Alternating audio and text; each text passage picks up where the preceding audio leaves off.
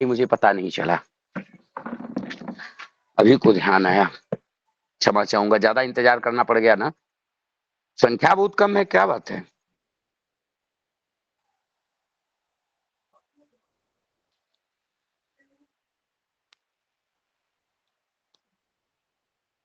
नमो नमः। जी गुरुजी, नमो नमः गुरुजी। नमो आज नमः है गुरुदेव। संख्या ही कम है गुरुजी, शुरुआत में भी कम ही जुड़े हुए मिले थे हमें भी। अभी है अच्छा, 6 5 11 ही जुड़े हैं गुरुजी। चलिए कोई नहीं, जो जुड़े हैं वो पढ़ेंगे, जो नहीं है अब क्या करेंगे हम। चलिए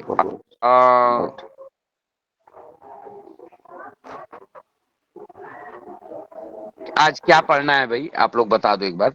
आदित्य जी म्यूट कर लीजिए, क्या पढ़ना है आज?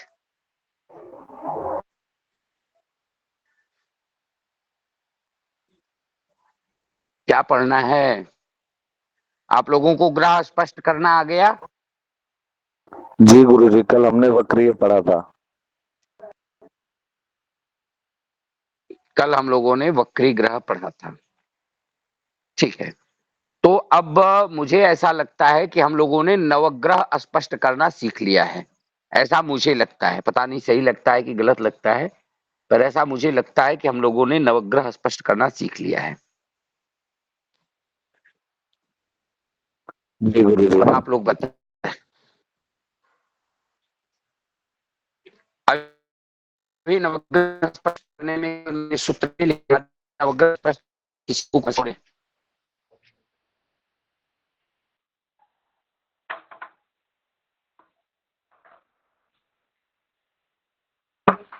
ऐसा कोई व्यक्ति है जिसको नवग्रह स्पष्ट करने में, नवग्रह साधन करने में कोई समस्या हो?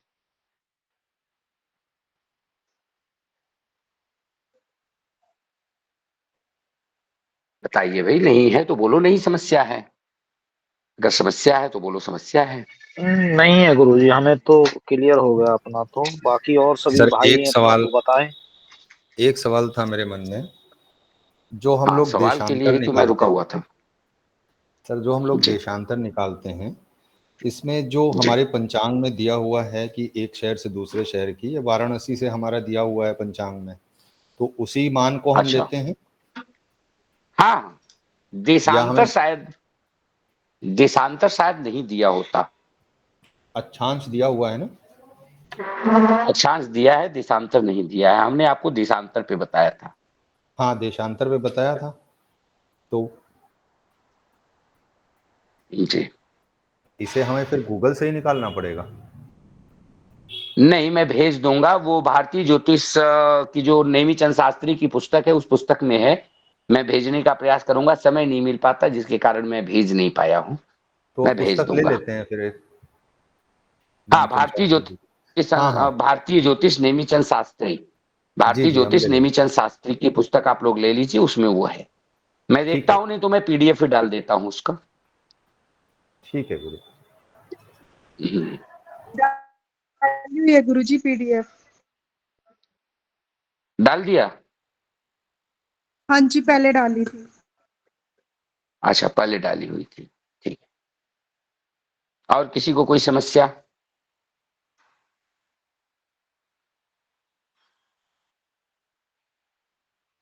बोलिए, नहीं तो हम शुरू करें।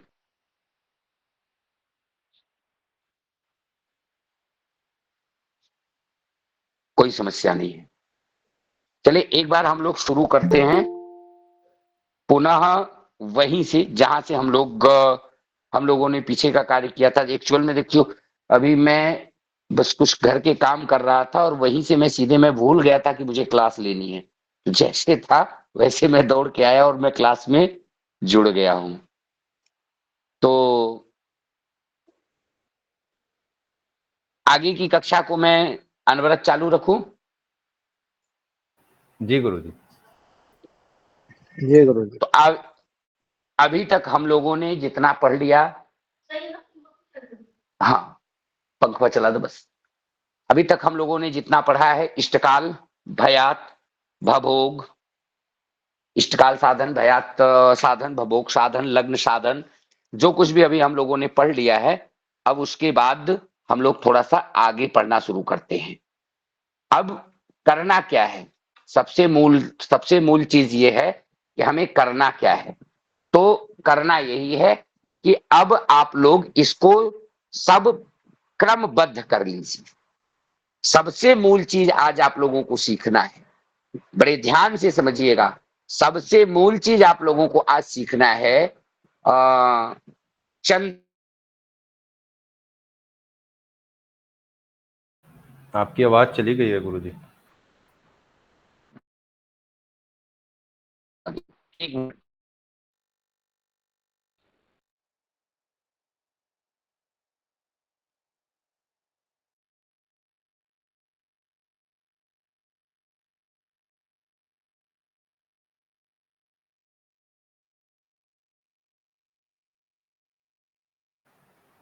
अभी नहीं आई है।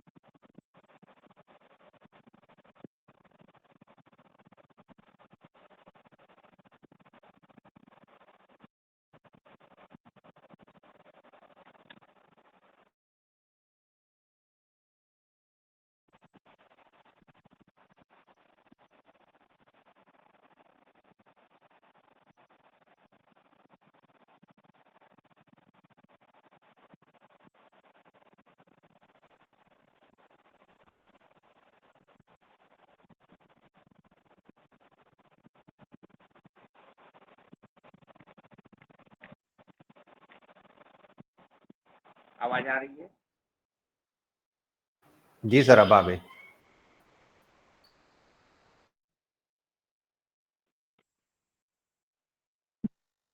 हाँ, ये फोन वाले भी इसी समय शुरू हो जाते हैं ना, समस्या इस बात की हो जाती है। आज संख्या बहुत कम है, क्या करें? चंद्र साधन बताएं या पीछे की चीजों को रिवाइज करा दें, जैसा आप लोग कहिए। क्योंकि नया पढ़ाने का मतलब ये है कि फिर अन्य लोग जो है वो बाद में यही कहेंगे कि गुरुजी मेरा नहीं हो पाया।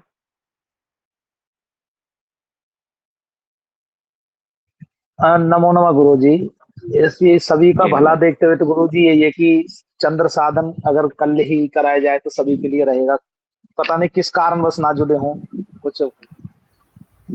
बाकी तो मेरी तो आज अपनी सलाह आज गुरुजी यही है कि जी। अधिकाधिक जगहों पे आज छठ पूजा थी और छठ पूजा की सभी लोगों को हार्दिक शुभकामनाएं, हार्दिक बधाइयां, ढेर सारी बधाई।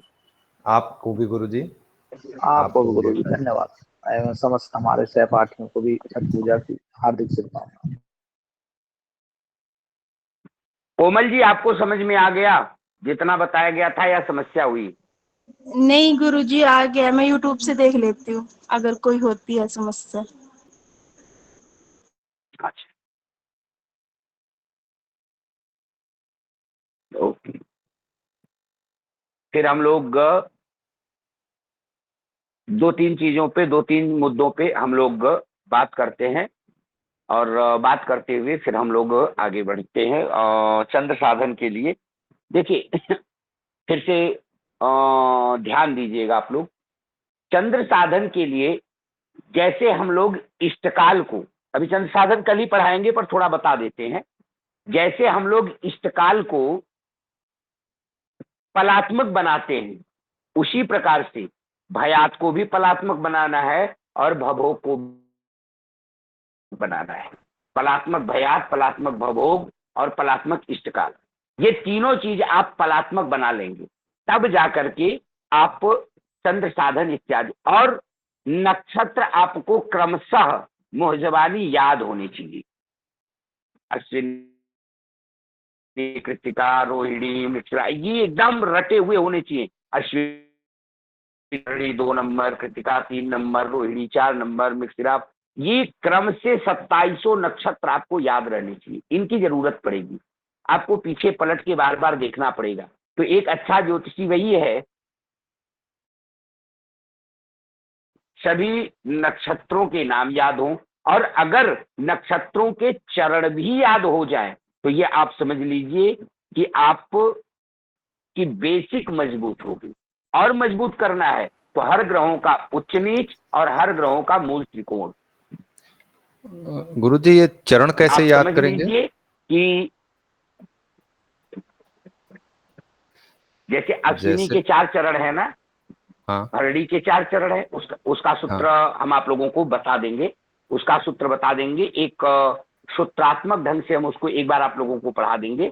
तो कुछ शब्द हैं, कुछ शब्द आपके दिमाग में आ जाएंगे, तो उस शब्द के हिसाब से वो चरण आपको याद आ जाएंगे। थोड़ा सा जैसे होता नहीं है कुछ चीजों के शॉर्टकट मिलते हैं, हाँ, कुछ चीजों के शॉर्टकट बना देते हैं, कुछ अक्षरों से बना देते हैं, कुछ शब्दों से बना देते हैं। तो ऐसे ही हम लोग कुछ शॉर्टकट बना लेंगे, तो एक शॉर्टकट बना के हम आप लोगों को बताएंगे, आगे किसी कक्षा में हम बता देंगे उसको। जैसे तो शॉर्टकट बना के बता, हम लोग प्रारंभ से उंगली पे जैसे गिनते हैं कि अश्विनी भरणी कृतिका रोहिणी मृगशिरा आर्द्रा पुनर्वसु, तो इसमें जैसे जो एक एक राशि में नक्षत्र आते हैं उनका जो चरण आता है वो फिंगर के हिसाब से। अश्विनी नक्षत्र, हाँ अश्विनी नक्षत्र के 4 चरण हो गए, हाँ, तो चारों में कुछ अक्षर लिखे हुए हैं। अच्छा, वो चारों अक्षर आपको याद होने चाहिए। नहीं वो टेबल नहीं है। अश्विनी नक्षत्र है, तो अश्विनी नक्षत्र में अब जैसे किसी का जन्म अश्विनी नक्षत्र में हुआ है, तो अश्विनी नक्षत्र के द्वितीय चरण में हुआ है, तो आपको पंचांग पलटने की जरूरत न पड़े, आपको पता हो जाए इस अक्षर से नाम हो। अच्छा, किसी का चाची चूल्हा से है ना, मतलब?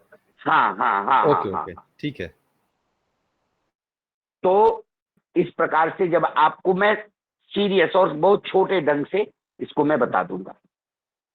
अभी एक बार पुनः आप ध्यान से सारी चीजों को समझ लीजिए, फिर से एक बार मैं बताता हूं, और फिर कुछ चंद्र साधन पे प्रकाश डालते हुए हम लोग आगे बढ़ेंगे, क्योंकि आज संख्या बहुत कम है। हमें लग रहा है कि छठ पूजा के कारण व्यस्तताएं होंगी, इसलिए लोग कम जुड़े हुए हैं।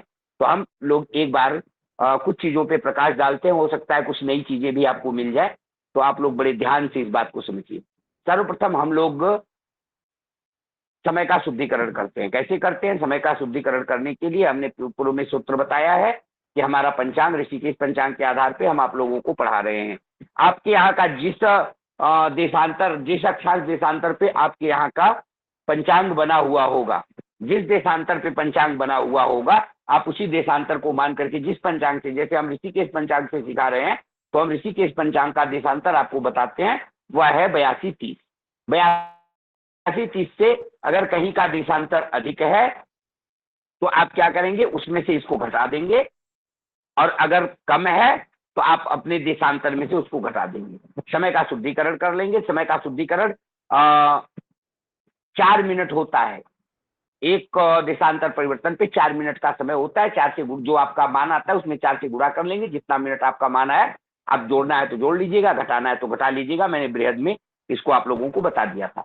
उसके बाद बात आती है इष्टकाल की। इष्टकाल का मतलब होता है सूर्योदय से लेकर के जिस समय बालक का जन्म हुआ उसके बीच के बीते हुए समय को हम लोग इष्टकाल कहते हैं। और यह इष्टकाल का मान निकालने के लिए जिस समय बालक का जन्म हुआ है उस समय में से हम सूर्योदय के मान को घटा देते हैं, और घटाने के बाद जो हमें मान प्राप्त होता है उसका हम 2.5 गुना कर देते हैं। ये हमारा इष्टकाल होता है। इष्टकाल के बाद बात करते हैं भयात की। भयात का मतलब होता है नक्षत्र। जिस नक्षत्र में बालक का जन्म हुआ है तो उस नक्षत्र में जैसे हम चरण निकालेंगे, तो चरण कैसे निकालेंगे भाई? हमें मान करके चलो कि 1 मिनट 2 मिनट के अंतर पे चरण, ऐसे तो हमने देख लिया कि हाँ इस चरण में बालक का जन्म हुआ है, पर 1 मिनट 2 मिनट के डिफरेंस पे अगर चरण का अंतर होता है तो फिर क्या करेंगे आप? तो फिर समस्या हो जाएगी आपके सामने, चरण आप कंफर्म नहीं कर पाओगे। तो वहां पे आपको सूत्र लगाना पड़ता है। सूत्र क्या होता है? भभोग। भभोग में हम 4 से भाग दे देते हैं, जो मान प्राप्त होता है उस मान को हम भयात से घटाते जाते हैं। जितनी बार घट जाता है उतनी चरण व्यतीत हो चुका है। जब घटना बंद हो जाता है उसी चरण में बालक का जन्म हुआ है। तो भयात, भयात का मतलब होता है जिस समय बालक का जन्म हुआ है उस नक्षत्र में। और नक्षत्र में बालक का जन्म जिस समय हुआ है उसी को हम भयात कहते हैं। नक्षत्र का मान तो भयात निकाल लेते हैं और भवोग, एक नक्षत्र के संपूर्ण भोग काल को हम लोग भवोग कहते हैं, भवोग का मान ज्ञात कर लेते हैं। उसके बाद उस दिन के दैनिक स्पष्ट सूर्योदय में राशि और अंश को देख करके हम लोग चार्ट में जाकर के देख लेते हैं, और चार्ट में जो मान हमें राशि के सामने और ऊपर अंश के नीचे लिखा हुआ मिल जाता है उसमें हम इष्टकाल को जोड़ देते हैं, और जोड़ने के बाद तदुपरांत पुनः हम उसको जाकर के उसी चार्ट में ढूंढते हैं, जो मान हमें उसके नजदीक का, उससे कम वाला, अधिक नहीं लेना, उससे कम वाला मान उसके नजदीक का जो मिलता है उसकी बाईं तरफ जाते हैं तो हमारा राशि, और ऊपर जाते हैं तो अंश मिल जाता है, और जो हमारा मान प्राप्त हुआ है जो हमें उसमें हमने जो ढूंढा है उसका ऊपर का 2 अंक आपका कला और विकला हो जाएगा। तो इस प्रकार से राशि, अंश, कला, विकला हम याद कर लेते हैं। ये हमारा लग्न साधन हो गया। लग्न साधन के बाद हम लोग बात कर लेते हैं, लग्न साधन के बाद आगे बात आती है आपकी ग्रह स्पष्ट। ग्रह स्पष्ट मस्त है। ग्रह स्पष्ट में सूर्यादि नवग्रहों को हम लोग स्पष्ट करते हैं। तो सूर्यादि नवग्रहों को स्पष्ट करने का नियम क्या है? नियम यही होता है कि ध्यान से इस बात को समझिएगा, आज का जो सूर्योदय के समय पे जो हमारा स्पष्ट मान लिखा हुआ है उस स्पष्ट मान को अगले दिन की, ये जब वो सूर्यादि ग्रह मार्गी हैं तब के लिए है। जिस दिन बालक का जन्म हुआ है उस दिन के सूर्योदय के समय के स्पष्ट मान को अगले दिन के सूर्योदय के स्पष्ट मान में से घटा देते हैं। जो मान हमें प्राप्त होता है उसे एक राशि का बना लेते हैं, और एक राशि का बनाने के बाद राशि गुणे फलात्मक इष्टकाल भागे 3600, जो मान हमें प्राप्त होता है उसमें हम लोग लब्धि को ग्रहण कर लेते हैं और शेष को छोड़ देते हैं। यानी अगर आप कैलकुलेटर से कर रहे हैं तो दशमलव के बाद वाला छोड़ देंगे, दशमलव के पहले वाला ले लेंगे, वो आपका विकलात्मक मान होगा। विकलात्मक मान को हम लोग कला विकला में परिवर्तित करेंगे तो 7 से भाग देंगे, जितनी बार जाएगा, जितनी लब्धि आएगी वह आपका कला होगा, और जो शेष बचेगा वह आपका विकला होगा। इस कला विकला को हम लोग जिस दिन बालक का जन्म हुआ है उस मान में हम उसको जोड़ देंगे, तो हमारा वह उस दिन का स्पष्ट सूर्य, स्पष्ट मंगल, स्पष्ट बुध, स्पष्ट गुरु, स्पष्ट शुक्र, स्पष्ट शनि, स्पष्ट राहु हो जाएगा। अगर ग्रह कोई ग्रह वक्री हो जाता है तो वक्री ग्रह में यही आपका नियम होता है, पर नियम थोड़ा सा परिवर्तित हो जाता है। नियम क्या कहता है वक्री ग्रह की स्थिति में? जब ग्रह वक्री होता है तो उस अवस्था में हम लोग क्या करते हैं कि जिस दिन बालक का जन्म हुआ है उस दिन में से अगले दिन के, उसके अगले दिन के जन्म समय को घटा देते हैं, और घटाने के बाद पुनः प्रक्रिया वही रहती है। जो मान प्राप्त होता है उसको विकला में बना करके इष्ट फलात्मक इष्टकाल से गुणा करके 3600 से भाग दे देते हैं। जो मान हमें प्राप्त होता है, चूंकि वक्री है इसलिए हम मान को जिस दिन बालक का जन्म हुआ है उस मान में से उसको हम घटा देते हैं। जो हमें मान प्राप्त होता है वही उसका उस दिन का उस वक्री ग्रह का स्पष्ट मान होता है। अब अगली बात याद करनी है आपको, जब हम राहु का मान स्पष्ट करते हैं तो आप कहीं देखे होंगे केतु का कोई कुछ स्पष्टीकरण नहीं लिखा होता। तो राहु के राशि में हम 6 जोड़ देंगे तो हमें केतु का स्पष्ट मान मिल जाएगा। राहु के राशि में हम 6 जोड़ देंगे तो हमें केतु का स्पष्ट मान मिल जाएगा। यही हमारा सूर्यादि नवग्रह स्पष्ट हुआ। अब क्या करना है हमें इस सूर्यादि नवग्रह स्पष्ट को एक मैं चार्ट के माध्यम से आप लोगों को बता देता हूं, और आप सभी लोग इसको इस प्रकार से लिख करके कंप्लीट करिएगा। अभी हम लोग एक चार्ट के माध्यम से इसको देखते हैं।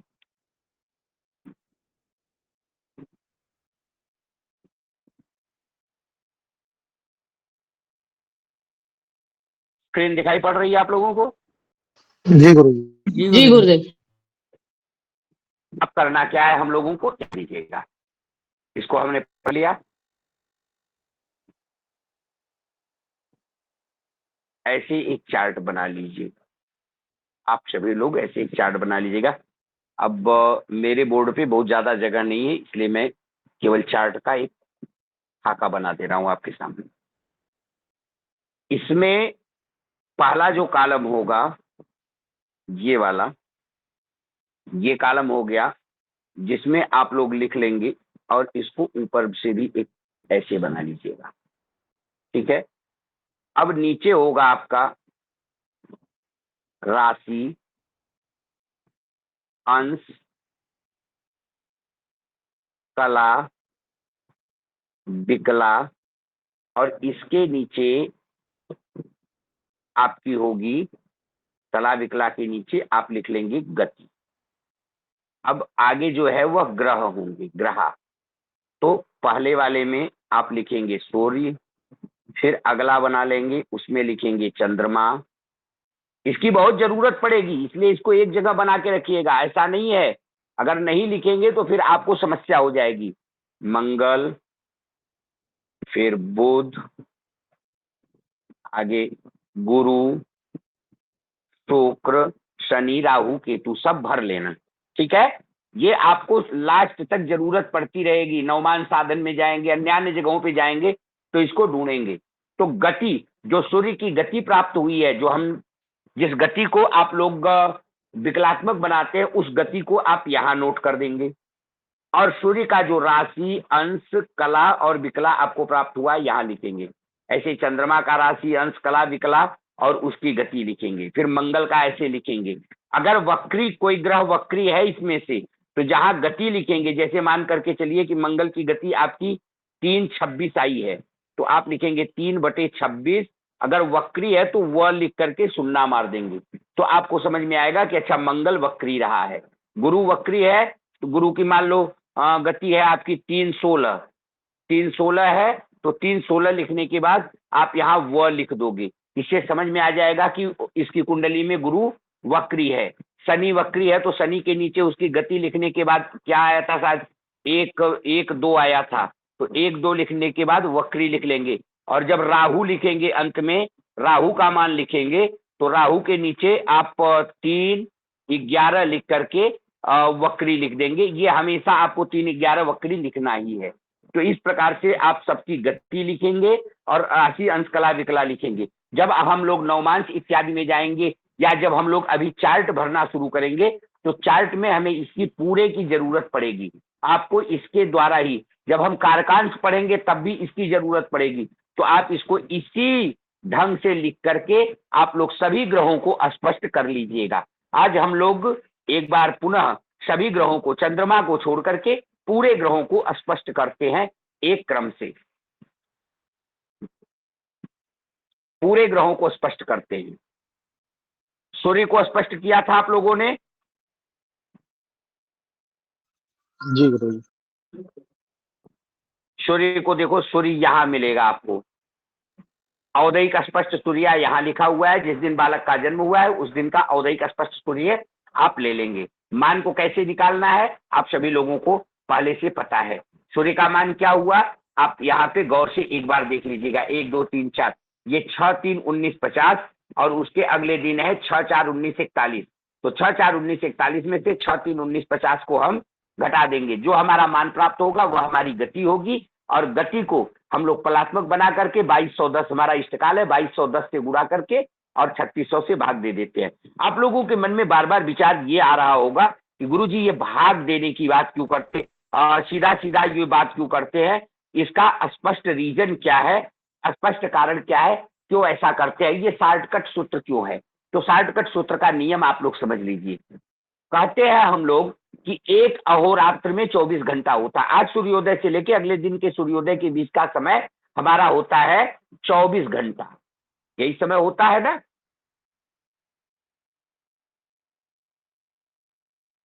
कितना समय होता है जी गुरु जी। 24 घंटा। भैया 24 घंटा, इसको जब हम लोग अपने उसकी भाषा में बात करते हैं, ज्योतिष की भाषा में, तो क्या कहेंगे, 60 घटी। यही कहते हैं ना, इसीलिए बयात भभोग में घटाते हैं ना, 60 घटी। जी गुरु जी, 60 घटी जी, 60 घटी। अब ये 60 घटी हो गया। अब हमारा क्योंकि वहां पर पलात्मक है इष्टकाल, इसलिए हम इस 60 घटी को भी पलात्मक बना लेंगे। तो 60 घटी को पलात्मक बनाइए तो क्या आएगा भैया, 60 गुणे 60, 0 0 0 0 छछा के 36, 3600 पला। ये जो आप बार बार 3600 का भाग देखते हैं, ये आप समझ लीजिए 3600 पला है, या 60 घटी लिखा हुआ है, या 24 घंटा लिखा हुआ है। ये चीज समझ में आ गई। एक पॉइंट आप लोगों को दिमाग से ये कंफ्यूजन निकाल दीजिएगा कि गुरुजी ये 3600 कहां से मिला। मन में भाव आता होगा 3600 ही क्यों, 3500 क्यों नहीं, 3400 क्यों नहीं, 3200 क्यों नहीं, 3600 ही क्यों? तो 3600 का सबसे बड़ा रीजन यही है कि एक अहोरात्र में 60 घटी का समय होता है, और 60 घटी का समय जो होता है, 60 घटी को जब चूंकि हम लोग इष्टकाल को पलात्मक बनाते हैं, तो हम लोग 60 घटी को भी पलात्मक में परिवर्तित कर लेते हैं, और जब 60 घटी को हम लोग पलात्मक बनाते हैं तो 60 घटी का पलात्मक मान जो होगा वह 60 गुणे 60 बराबर 3600, यही हमारा पलात्मक मान हुआ। इसी मान को हम लोग यहाँ पर लिखते हैं। क्या मेरी बात समझ में आ गई आप लोगों को? जी गुरुजी। जी गुरुदेव। जी गुरुजी। सर हम 60 से गुणा कर रहे हैं, जी जी बताएं ये बताएं बताएं, 60 सुन रहे हैं। जो गुणात्मक है ये क्या चीज है? अच्छा, बिल्कुल बिल्कुल सुंदर। अभी मेरी मोबाइल डिस्चार्ज होने वाली है, 1 मिनट का समय दीजिए, मोबाइल चार्ज में लगा लूं। 1 मिनट का समय दीजिए, स्पष्ट करता हूं।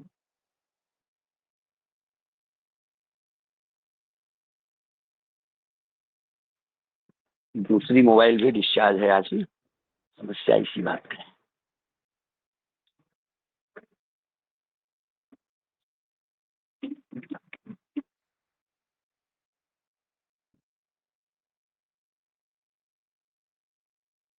जी बताइए, क्या पूछा आपने? हम सुने, बात को स्पष्ट समझ नहीं पाए।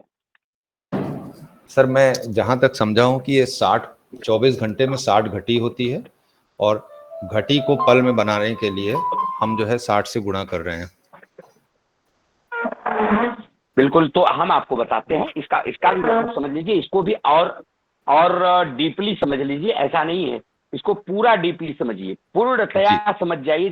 जब समझ में आए बात तभी हम लोग आगे बढ़ेंगे। देखिए, ये 24 घंटा जो आपको दिखाई पड़ रहा है, स्क्रीन दिख रही है आप लोगों को ना? दिख रही है गुरुजी। तो ये जो 24 घंटा है, अच्छा अभी हम लोगों को के मन में एक बात और आती है बार बार, यहाँ इस दोनों का मान, आपको दोनों की बात एक साथ में समझ में आएगी। आप लोगों के दिमाग में एक बात आता होगा कि गुरुजी 2.5 गुना क्यों किया जाता है? भैया यहाँ आप लोगों की ये दोनों बातों का वो समझ में आ जाएगा। 2.5 गुना क्यों किया जाता है, ये चीज यहाँ पे आपको बिल्कुल स्पष्टतया समझ में आ जाएगी।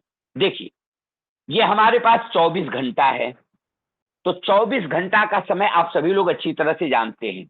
इस 24 घंटे को 2.5 गुना कर दीजिए। 24 घंटा बराबर आपका सूत्र होता है 1 घंटा बराबर 2.5 घटी। 1 घंटा बराबर 2 सही 1/2 घटी, 2.5 घटी। 1 घंटा बराबर तो 24 घंटा बराबर, तो 24 घंटा अर्थात 24 में हम 2.5 से गुणा कर देंगे। 24 गुणे 24 का 2.5 गुना करिए। 24 में 24 हमने जोड़ दिया, 4 4 8, 2 2 4, और 24 का आधा जोड़ दिया 12, 8 2 10 के शून्य हाथ में आया, 1 4 1 5 1 6। ये आपका मान हुआ 60 घटी। इसीलिए कहा जाता है 24 घंटा बराबर 60 घटी।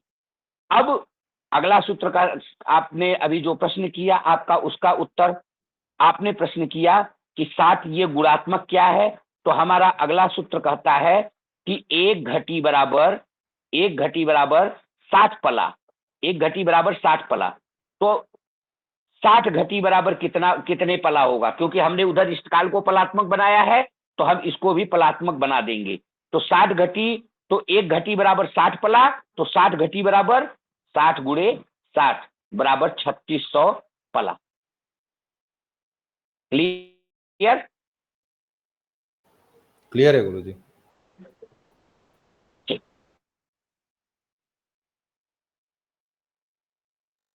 बड़े ध्यान से समझिएगा, ये चीजें कभी मन में ये विचार आएंगे कि ऐसा क्यों है, तो उसका उत्तर आपको यही मिलेगा। इसको बड़े ध्यान से आप लोग समझिएगा। और ये क्यों जरूर आना चाहिए आपके पास, आपके मन में, आपके विचार में, ये क्यों जरूर आना चाहिए। जब तक ये क्यों नहीं आएगा तब तक मुझे नहीं लगता कि आप, जैसे हमने आपको बता दिया, आपने उस चीज को पढ़ लिया, और पढ़ने के बाद आपने तुरंत उसका जो है वो, अब जब आप ऐसा करने गए, किसी ने आपसे पूछ दिया ऐसा क्यों, तो आप कहे गुरुजी ने बताया है इसीलिए ऐसा करते हैं, तो फिर ये बात अच्छी नहीं होगी। गुरुजी ने बताया तो क्यों बताया, ऐसा क्यों बताया गुरुजी ने, ये बात आपके मन में आनी चाहिए। ये बात आनी चाहिए कि ऐसा ही क्यों, ये सदैव आना चाहिए। और जब क्यों आएगा तो आपको बातें अच्छी से समझ में आ जाएंगी। अब बात आती है, हम क्यों कहते हैं कि इष्टकाल से जो गति आई है उसको गुणा कर दो और गुणा करने के बाद 3600 से भाग दे दो, आपका मान निकल जाएगा। क्यों गुणा करें? तो इसका उत्तर भी हम आपको अभी देते हैं यहीं पे, और बहुत सारी चीजों का आज हम आप लोगों को उत्तर देंगे, क्योंकि आज जो पढ़ने वाले हैं मुझे लगता है वही लोग जुड़े हैं ठीक ठाक, बाकी लोग जो आते हैं तफरी मारने वो लोग नहीं हैं। तो ध्यान से बातों को समझिएगा। क्यों का उत्तर ये है, मान करके चलो हमारी सूर्य की गति कितनी आई थी, सूर्य की गति ही बता दो ना, हम उसी को वहीं से उठा लेते हैं। सूर्य की गति क्या आई थी 21 तारीख को, आप लोगों ने गणना किया होगा ना, कोई सूर्य की गति बता दो। 14-20 आई थी शायद, 14-20 नहीं, 14-14 सूर्य की गति नहीं, सूर्य की गति, सूर्य की गति गुरुजी 3594। हाँ 3594। गति क्या आई थी वो बताओ। 3594 तो गुणा करने के बाद आया था, गुणा जोड़ने के बाद। गति क्या आई थी? 50 के ऊपर रहा होगा समथिंग। 58-20 आई थी। 58-20 ये सूर्य की गति रही है। आप लोगों ने ऐसा किया होगा, ये 58-20 आया। हम लोगों ने सबसे पहले क्या किया, 58-20 को हम लोगों ने एक राशि का बना लिया, अर्थात विकलात्मक बना लिया। तो हमने 58 में 60 से गुणा कर दिया। 58 गुणे 60 बराबर कितना हुआ, 1 0 हो गया। 8 6 8 8 6 48, 48 के 8 हाथ में आया 4, 6 25 30, 30 4 34, और यहाँ 20 पहले से ही था 0। 8 6 48 के 8 हाथ में आया 4, 6 25 30 4 34, और 20 को यहाँ जोड़ दो, जो भी है इसी को मान लेते हैं हम, कोई दिक्कत नहीं है। 8 2 10 के 0, हाथ में आया 1, ये पूरा हमारा 3500 आ गया। जस्ट एज इसी को मान लो, ऐसा कुछ नहीं है। ठीक है, ठीक है जी गुरु जी। जी अब यहाँ पर अब हम इस 3500 को याद कर लेते हैं। अब इस 3500 को याद करके हम लोग आगे बढ़ते हैं। अब ध्यान दीजिएगा, यहां हमारा होता है, प्रश्न आता है, चूंकि पूरा कितना समय है भैया, 60 घटी। तो 60 घटी को अभी हमने पलात्मक बनाया, तो आपका आता है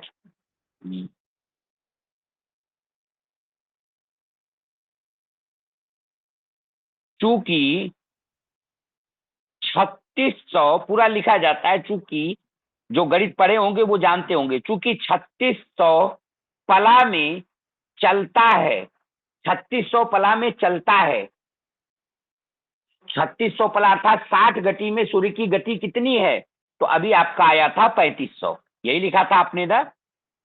तो चूंकि 3600 पला में सूर्य कितना चलता है, 3500 बिकला। बात समझ में आई? 60 गति में सूर्य चला है, 3500 बिकला ना, तो उसको हमने पला में बदल दिया, तो 3600 पला में चलता है, 3500 बिकला। इसलिए एक पला में चलेगा तो हो गया आपका 3500 बटे 3600। इसलिए जो इष्टकाल का समय होगा, जिसको चूंकि इसलिए का नियम आता होगा वो इसको समझ रहा होगा, इसलिए 2210, जो 2210 आपका है, 2210 में कितना चलेगा, तो 3500 गुणे 2210, 2210 बटे 3600। तो बाकी चीजों को हमने गौण कर दिया, आपको इसको सूत्रात्मक ढंग से दे दिया, कि सूत्र बना दिया इसका हमने कि गति गुणे इष्टकाल, गति गुणे इष्टकाल भागे 3600, ये हमने सूत्रात्मक बना दिया। और इसी सूत्र के आधार पे हमने आपसे कहा कि आप लोग बस इतने की गणना, इस पूरे चूंकि इसलिए की जरूरत समाप्त हो गई, केवल आप इससे गणना करेंगे तो आपको गणना करने में आसानी हो जाएगी। यही सूत्र निकाल करके हमने आपको यहां से, इतनी गणित को हमने यहां से हटा दिया, और ये सूत्रात्मक ढंग से हमने आपको दे दिया कि आप इसको सूत्रात्मक ढंग से याद कर लीजिए, केवल सीधा सीधा गति गुणे इष्टकाल भागे 3600। अब जो गति निकल के आई उसका विकला में बना करके, इष्टकाल को पलात्मक में बना करके, और पलात्मक का जो इष्टकाल होगा गति और पलात्मक इष्टकाल का गुणा करके 3600 से भाग दे दीजिए। आपका जो मान आया वह मान जो आपको लब्धि प्राप्त होती है, लब्धि को ग्रहण कर लीजिए और लब्धि में 60 से भाग दे करके कला विकला बना लीजिए, फिर सूर्य के मान में ले जा करके उसको जोड़ दीजिए। अब जो जोड़ देंगे, जैसे सूर्योदय के समय पे सूर्य की जो गति रही है और बालक के जन्म समय के समय, तो हमें सूर्योदय से अब मतलब नहीं है, हमें एग्जैक्ट बालक के जन्म समय पर, बालक के जन्म समय पर सूर्य की क्या स्थिति थी वह मान हमें ज्ञात करना होता है। तो वह मान जो अभी आपका यहाँ गणना करने के बाद प्राप्त हुआ, जब आप सूर्योदय में उस मान को जोड़ देंगे तो आपका वह इष्ट समय प्राप्त हो जाएगा कि उस समय एग्जैक्ट सूर्य किस पोजीशन पे था, एग्जैक्ट मंगल कहाँ था, एग्जैक्ट बुध कहाँ था, गुरु कहाँ था, शुक्र कहाँ था, शनि कहाँ था, राहु कहाँ था। बालक के जन्म समय पे एग्जैक्ट मान आपको पता चल जाएगा। कभी कभी होता है कि ठीक उसी समय राशि परिवर्तन हो जाता है, तब आपको वहां भी समस्याएं आएंगी। तो जब तक आपको इष्ट गणना, जैसे मान करके चलो कोई ग्रह है और वह सूर्योदय के समय बिल्कुल, जैसे कोई ग्रह है मान लो 3, 29, 58, 26, ये सूर्योदय के समय की स्थिति रही है, पर बालक का जन्म रात को 9 बजे हुआ और गति उसकी 58-20 की रही है, तो 58-20 की गति में क्या होगा कि वह सूर्य, वह ग्रह जो होगा वह राशि परिवर्तन कर जाएगा और बालक का जन्म, तो वहां पर प्रॉब्लम फंसती है। वहां पर आपने देखा सूर्योदय के समय का मान, आपने फटाक से लिख दिया कि वह अमुक राशि में है, पर पता चला कि उसने तो राशि परिवर्तन कर लिया और बालक का जन्म जिस राशि में हुआ सूर्य अगली राशि में जा चुका है। तो वहां पे ये आपको समस्याएं, तो एग्जैक्ट जब तक आपको पता नहीं चलेगा तब तक आप कर नहीं पाएंगे। इसलिए आपको सूर्योदय आदि स्पष्ट होना चाहिए और हर चीज के पीछे क्यों जरूर लगा रहना चाहिए। जैसे अभी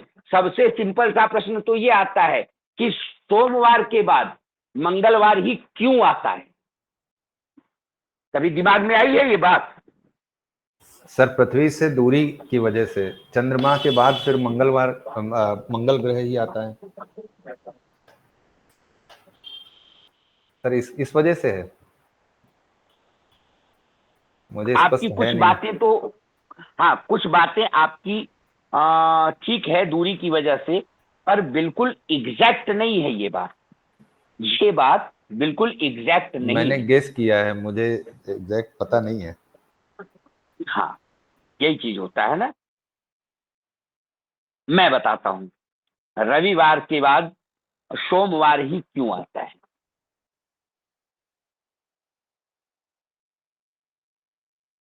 अभी क्लास कर ले, थोड़ा सा दो ना, बाकी काम हो जाएंगे 10 मिनट बाद। अभी बहुत से काम बाकी है आज। अभी क्यों आता है इसका का उत्तर सदैव ढूंढने का प्रयास करिए। देखिए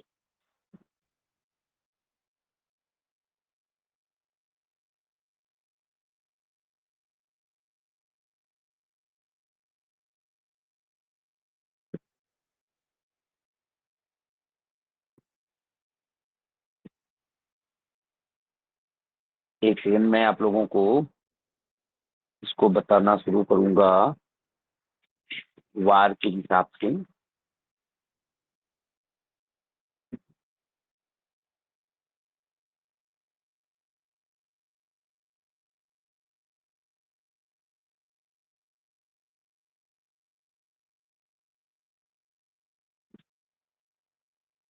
ऐसे आप बात को समझिए, ऐसे समझ में आएगी बात को, क्योंकि मैं बहुत बहुत तो उस ढंग से आपको बता रहा हूं, नीचे से, एकदम नीचे से, ध्यान दीजिएगा आप।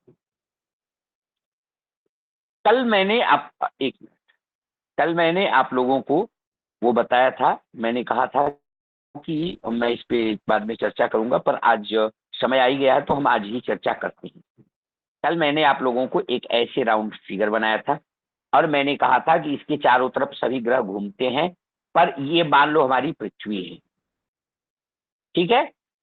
तो इस पृथ्वी के सबसे नजदीक कौन सा ग्रह है? सबसे चंद्र ग्रह। नजदीक चंद्र ग्रह। चंद्रमा है। हाँ। फिर अगले अगले राउंड में कौन सा ग्रह है? मंगल ग्रह। नहीं, चंद्रमा के बाद आपका आता है बुध। बुध, हाँ। फिर बुध के बाद, हाँ, बुध के बाद क्या आएगा? ये बढ़ते क्रम में है ना सर? नहीं, बुध के बाद शुक्र आएगा। फिर शुक्र के बाद जो है सूर्य का सूर्य आएगा। सूर्य के बाद मंगल, मंगल के बाद गुरु, और गुरु के बाद शनि। सबसे दूरी पे शनि है। मैं एक बार और छोटा से अच्छा। शुरू करता हूं तो शायद आ जाए। ये हमारी पृथ्वी है, इसके जो पहला वाला है ये हमारा चंद्रमा है। इसके बाद जो चंद्रमा से आगे जो होगा, चंद्रमा के बाद दूसरा सबसे नजदीक का ग्रह बुध है। बुध के बाद जो तीसरा ग्रह होगा, बुध के बाद जो है ये शुक्र ग्रह है। शुक्र ग्रह के बाद अगला जो है सबसे नजदीक फिर सूर्य है। सूर्य के बाद फिर आगे जो है, अभी इसके कई वो हैं, पर ज्योतिष की भाषा में इसी को आधार माना गया है। मंगल है, मंगल के बाद वाला जो कॉलम है इसको गुरु कहा जाए, गुरु है। और गुरु के बाद जो है वह अंतिम में सबसे दूरी पे शनि महाराज हैं। इसीलिए शनि को इतना चल के जाना पड़ता है, इसीलिए शनि को 2.5 साल लगते हैं। फिर गुरु हैं, इसीलिए गुरु को अधिक समय लगता है परिक्रमा करने में। तो ये जितना पृथ्वी से जितना दूरी और नजदीक है, इसी के हिसाब से ये परिक्रमा करते हैं। तो सर, इस सूर्य की प्रकार से क्या पोजीशन इसमें हुआ, कहाँ रहेंगे? सूर्य जो है वह बुध, बुध के बाद जो है वह उसके बाद शुक्र है, और शुक्र के ऊपर सूर्य का नंबर आता है। शनि, गुरु, मंगल, सूर्य, शुक्र, बुध और चंद्रमा, ये पृथ्वी के क्रमेण ग्रह है। और इसी हिसाब से हमारी होरा बनी हुई है। होरा, होरा शब्द जो होता है, ध्यान रखिएगा आप लोग, एक शब्द आता है होरा। होरा शब्द जो है वह 2 शब्दों से मिलकर के बना है, अहोरात्र। अहोरात्र का मतलब होता है 24 घंटे का समय या 60 घटी का समय। तो हमारे जो ज्योतिषी थे, दैवज्ञ थे, उन्होंने और हटा दिया और त हटा दिया, जो बीच का शब्द बना, इसी को उन्होंने नाम दे दिया होरा। तो अभी ये प्रश्न आपके सामने पूछे जा सकते हैं कि होरा शब्द की उत्पत्ति कहां से हुई है, तो आप कहोगे अहोरात्र शब्द से होरा शब्द की उत्पत्ति हुई है। अहोरात्र का मतलब होता है एक सूर्योदय से लेकर के अगले सूर्योदय के मध्य के समय को अहोरात्र कहा जाता है।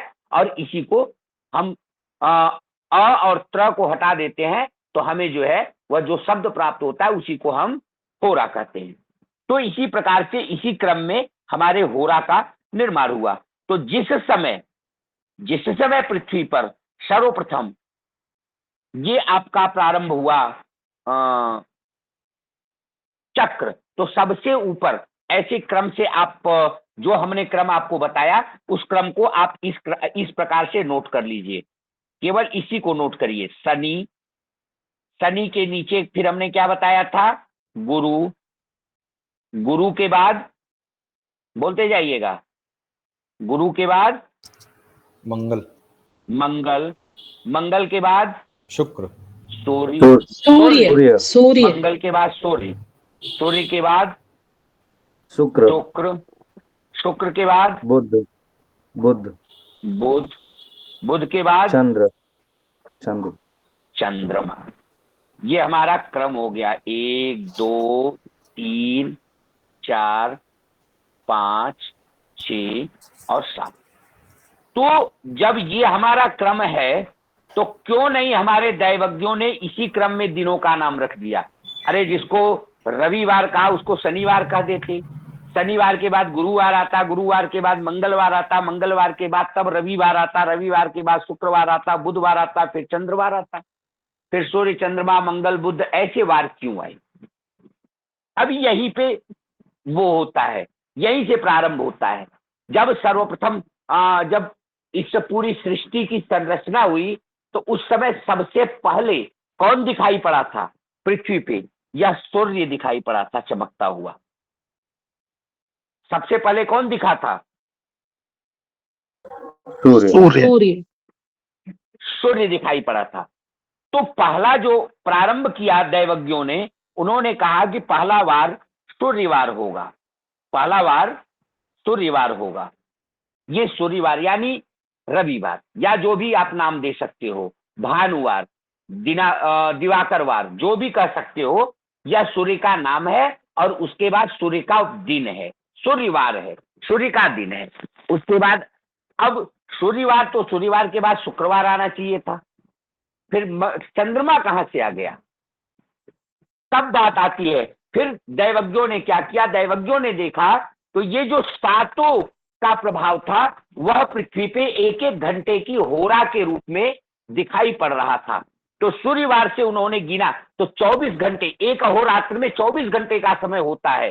तो 24 के बाद जो 25वीं राशि सूर्योदय के समय उदित हुई, वही राशि से उस दिन का वार का नाम पड़ गया। अब यहां से आप 24 को हटा दो, 24 को गिनना शुरू करो, 1 2 3 4 5 6 7 8 9 10 11 12 13 14 15 16 17 18 19 20 21 22 23 24, यानी यहां तक का होरा समाप्त हो गया था 24 घंटे के अंदर। फिर जब सूर्योदय हुआ तो यह इस चंद्रमा की होरा उस समय सूर्योदय के समय दैवज्ञों को मिली। तो लोगों ने कहा दूसरा वार चंद्रमा का होगा, अर्थात चंद्रवार होगा या सोम का वार होगा, तो सोमवार नाम रख दिया गया। फिर कहा कि अब तीसरा वार कौन सा होगा, तो अब यहां से फिर चंद्रवार, अब सूर्योदय के समय चंद्रमा है तो एक एक घंटे पर एक एक ग्रह की होरा बीतती जाएगी। तो यहां से फिर गिनना शुरू करते हैं चंद्रमा से, 1 2 3 4 5 6 7 8 9 10 11 12 13 14 15 16 17 18 19 20 21 22 23 24, ये गुरु तक की होरा 24 घंटे में बीत गई। अब अगला जो सूर्योदय के समय जो ग्रह उदित दिखाई पड़ा वह था मंगल, तो तीसरा वार हो गया मंगलवार। फिर ऐसे मंगल से गिनना शुरू करेंगे तो सूर्योदय के समय मंगलवार था, फिर एक एक घंटे की होरा व्यतीत होती चली गई, फिर मंगल की होरा व्यतीत होते फिर 24 तक आप गिनेंगे तो 24 घंटे में शुक्र तक की होरा समाप्त होगी। और जब सूर्योदय हुआ तो बुध ग्रह का प्रभाव दिखाई पड़ा और इसलिए अगले वार का नाम बुधवार। ऐसे ही सारे दिनों के नाम पड़े हुए हैं। क्लियर? जी गुरु जी। जी गुरु जी। सर क्लियर तो नहीं हुआ, अभी होरा क्यों? पढ़ेंगे तो क्या शायद क्लियर नहीं? सर इसमें जैसे होरा होती अब है कौन तो सा ये हो? जो हाँ होरा बताओ क्रम, बताओ बताओ। होरा क्रम होता है वही होरा है ना ये? होरा क्रम मीन्स? हाँ, जो होरा क्रम होता है, जैसे प्रत्येक ग्रह का प्रत्येक दिन किस किस समय में होरा होता है, होरा क्रम, ये वही होरा है या? वही हो रहा है, वही हो वही। रहा है। तो इसमें जो है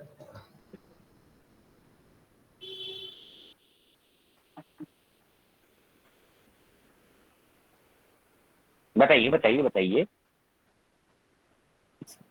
सर जैसे रविवार को प्रथम होरा जो होती है वो सूर्य की होती है, और एक उसके मिनट। बाद अगर हम सोमवार को चले जाते हैं तो सूर्य की होरा फिर तो 5वीं होरा पहुंच जाती है। तो चंद्रमा से गिनिए ना 5वीं हो रहा है, 1 2 तो जो 3 4 हमारी, 5। हाँ, तो पहली होरा जो होती है सोमवार को वो हमारी चंद्रमा की होरा होती है। बिल्कुल हो गई। इसी इसी को जो है लिया गया है ना, इसीलिए दिन जो है इसी के तो आधार पर भैया रखा गया है, यही आप कह रहे हैं ना सर? हाँ ठीक है यही कह ठीक रहे है, हैं। अभी क्लियर हो गया सर, कंफ्यूजन हो गया था थोड़ा, क्षमा करें। हमने हमने दूसरे, यही तो हम उठा रहे थे ना, हमने दूसरे क्रम से उठा लिया ना। हमने ग्रहों को आपको बताया कि दूरी के आधार पे, और फिर मैंने उसी क्रम को लिख दिया। अभी हम इस क्रम को इस ढंग से लिख देंगे तो आपका जो है वह संशय समाप्त हो जाएगा। आपने कहा पहले सूर्य का उदय हुआ तो पहली होरा आपकी सूर्य की हो गई, सूर्य की होरा हो गई। सूर्य के बाद तब उसके बाद शुक्र हो गया। मैंने शनि से प्रारंभ किया था दूरी के हिसाब से, आपके हिसाब से शुरू कर देते हैं। सूर्य, शुक्र, बुध, चंद्रमा, एकदम उसी हिसाब से आगे लिखो। चंद्रमा के बाद शनि, शनि के बाद हो गया आपका गुरु, गुरु के बाद हो गया मंगल।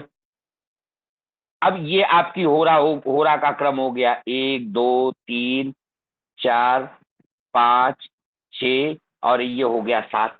अब इसी हिसाब से पहले दिन आपके सूर्य की होरा हो गई, सूर्य की होरा हो गई तो नाम दे दिया गया हमें, सूर्यवार मिल गया। अब सूर्यवार के बाद फिर अगली होरा शुक्र की हो गई, यानी सूर्य की होरा जो समाप्त हुई शुक्र की होरा प्रारंभ हो गई। शुक्र की होरा के बाद बुध की, बुध के बाद चंद्रमा, चंद्रमा के बाद शनि, शनि के बाद गुरु, हर एक एक घंटा पे होरा बदलती गई। और अंतिम जब यहाँ से गिनेंगे तो 24 घंटा में ये 24 होरा समाप्त हो गई। तो हमारा हो गया 1 2 3 4 5 6 7 8 9 10 11 12 13 14 15 16 17 18 19 20 21 22 23 24, अर्थात ये 24 घंटे में यहाँ तक की होरा हमारी बीत गई, बुध तक की होरा। और जिस समय सूर्योदय हुआ उस समय चंद्रमा, चंद्रमा का प्रधानता था, एकदम स्पष्ट हो गया गुरुजी। तो चंद्र की होरा के हिसाब से दूसरा वार का नाम पड़ गया, चंद्र का वार हो गया।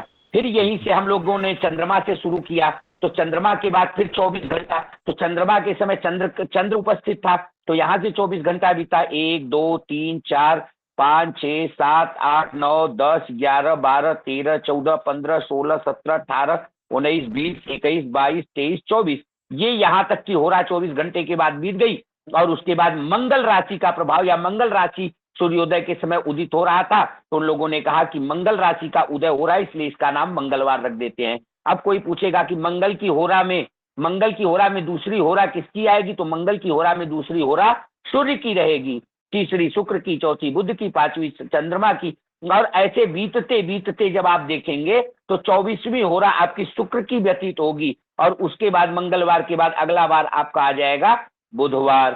फिर बुधवार, क्योंकि बुध ग्रह के प्रभाव था, बुध ग्रह का प्रभाव वहां पर अधिक था, इसलिए बुधवार का दिन हो गया। अब बुधवार मिला कहां से, ये उसका मैं आप लोगों को वो बताया कि ये रीजन है क्यों आता है।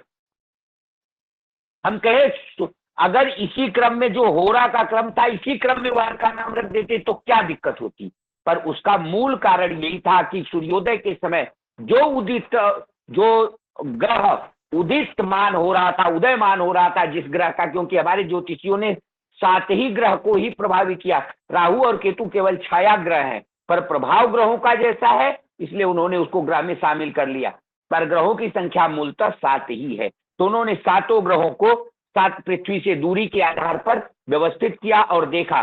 तो जब सृष्टि का प्रारंभ हुआ तो सूर्य मिला, सूर्य उदय होता हुआ मिला, इसलिए सूर्य को उन्होंने प्रधानता दे दी और सूर्यवार नाम दे दिया। और वहीं से फिर उन्होंने होरा प्रारंभ करके गणना करना शुरू किया और सभी वारों का नाम दे दिया। इसीलिए एक वार के बाद ये वार आता है। इसीलिए कहा जाता है कि आप मंगलवार के दिन भी जो उपाय आपको रविवार को करने हैं, वह उपाय आप मंगलवार को भी कर सकते हैं। बस अंतर क्या है कि मंगलवार को जब आप उस उपाय को करेंगे तो आप सूर्योदय के बाद दूसरी होरा में करेंगे, अर्थात 1 घंटे का, ऐसे अमूमन सामान्य सी भाषा में समझ लो आप लोग कि 1 घंटे का जब समय व्यतीत हो जाएगा, सूर्योदय के बाद 1 घंटे का समय व्यतीत होने के बाद सूर्य संबंधित कोई उपाय या सूर्य संबंधित कोई क्रिया करनी है, तो आप मंगलवार के दिन 1 घंटे के बाद सूर्योदय जब 1 घंटा हो जाए तो आप सूर्य की क्रिया कर सकते हैं और अधिक प्रभावी होता है। सूर्योदय की क्रिया सूर्योदय के समय, सूर्योदय जब हो रहा है तो सूर्योदय से 1 घंटे के भीतर आप सूर्योदय की क्रिया कर लीजिए, आपको प्रभाव मिलेगा। मंगल की क्रिया, मंगल, तो ये जो क्रियाएं होती हैं वह जिसकी हो रहा है उस वार में, और उसी चूंकि सूर्योदय के समय में वह वार मिलता है, इसलिए उसका प्रभाव पूरे दिन हम लोग मान लेते हैं। पर अगर तार्किक रूप से कहा जाए तो आप अगर इसको करते हैं, जैसे बुधवार के दिन अब कोई बहुत जरूरी काम है और बुधवार के दिन शनि का उपाय करना है, बुधवार के दिन शनि का उपाय करना है, तो पहली होरा बुध की हो जाएगी, दूसरी होरा चंद्रमा की हो जाएगी और उसके बाद तीसरी होरा, अर्थात 2 घंटे छोड़ करके सूर्योदय के बाद 2 घंटे में है वह शनि से संबंधित उपाय करवा दीजिए। बुधवार के दिन अगर शनि का उपाय करवाते हैं तो भी जीवन में फल मिलेगा जो शनि की होरा में शनिवार के दिन आप उपाय करो। होरा आपको पता होना चाहिए। तो ये क्यों का है, तो इस क्यों का प्रभाव जबरदस्त होता है कि आप उसके तह तक जाने का प्रयास करते हैं और वो चीजें बिल्कुल स्पष्ट हो जाती हैं। क्लियर? एकदम क्लियर सर। मुझे हो गया, बाकी का मैं नहीं जानता। और किसी का कोई दिक्कत समस्या, किसी को कोई नहीं ऐसा है गुरु, जिसको नहीं समझ में आई बात? नहीं गुरुजी, पूरा स्पष्ट है सभी बातें।